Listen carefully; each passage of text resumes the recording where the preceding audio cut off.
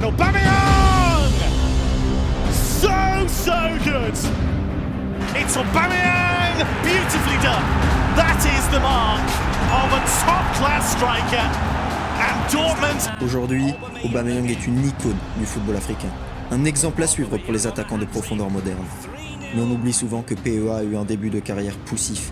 À ses débuts, il était plus considéré comme un coureur de 100 mètres plutôt que comme un footballeur. Mais alors comment sa carrière a-t-elle bien pu décoller comme ça ? Comment a-t-il réussi à franchir un cap ? Eh bien c'est ce que nous allons voir dans ce premier épisode de Déclic. T'attends le déclic qui te rendra riche et célèbre, jusqu'à ce que la réalité vienne briser tes rêves. PEA est le fils d'un international gabonais de renom, Pierre Aubameyang, et l'a suivi tout au long de sa carrière.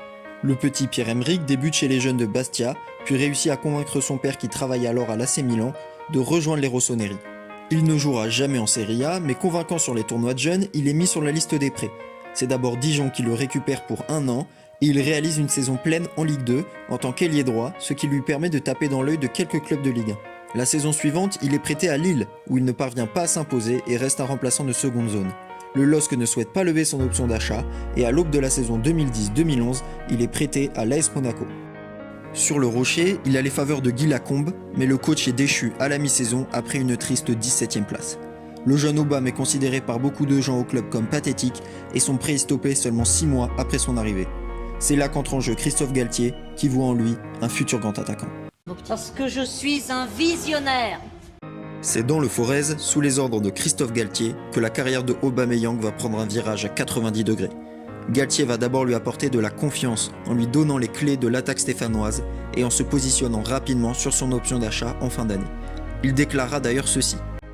Il doit progresser dans tous les secteurs, avoir encore plus de présence dans la surface. Cela viendra avec les matchs et l'expérience. Il doit encore trouver plus de justesse dans son jeu et ne pas confondre vitesse et précipitation. Mais il s'améliore, sa marge de progression est intéressante, il y a une prise de conscience chez lui par rapport à son potentiel. Avant Saint-Etienne, Aubameyang avait déjà été positionné en tant qu'avant-centre, mais avait toujours fini sur un côté à cause de sa mauvaise efficacité devant le but et pour exploiter plus facilement sa vitesse pure. Mais Galtier en a décidé autrement, en ne le faisant évoluer qu'en tant que numéro 9, en l'exploitant sur sa profondeur.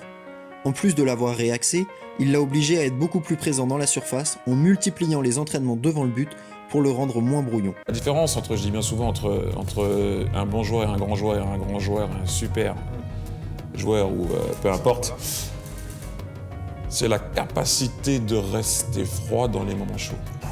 À force de travail, PEA est devenu un 9 complet, pouvant jouer sur sa vitesse en profondeur, mais aussi de sa présence dans la surface, en exploitant notamment son mètre 87 pour jouer de la tête. Son passé d'ailier lui a aussi permis de garder l'altruisme qui était nécessaire sur un côté. Les choix de Galtier portent ses fruits. Pour sa première saison entière chez les Verts, le Gabonais inscrit 18 buts et délivre 11 passes décisives. Pour sa dernière saison dans le Forez, Aubame inscrit 21 buts et délivre 14 passes décisives, ce qui lui permet d'attirer tous les grands clubs européens. Il choisira finalement Dortmund, puis Arsenal, en s'imposant peu à peu comme un des meilleurs attaquants du monde. Il remporte notamment le titre du meilleur joueur africain de l'année en 2015, devant Drogba, Eto'o, Yaya Touré ou André Ayew, et il est nominé à plusieurs reprises pour le Ballon d'Or France Football. Alors qu'il était en pleine période de doute, sa rencontre avec Galtier et son repositionnement ont été déterminants et lui ont fait changer de cap. Des déclics comme ça dans des carrières en difficulté, il y en a plein, et pour en découvrir de nouvelles, je vous dis à dans 2 jours pour un nouvel épisode de Déclic.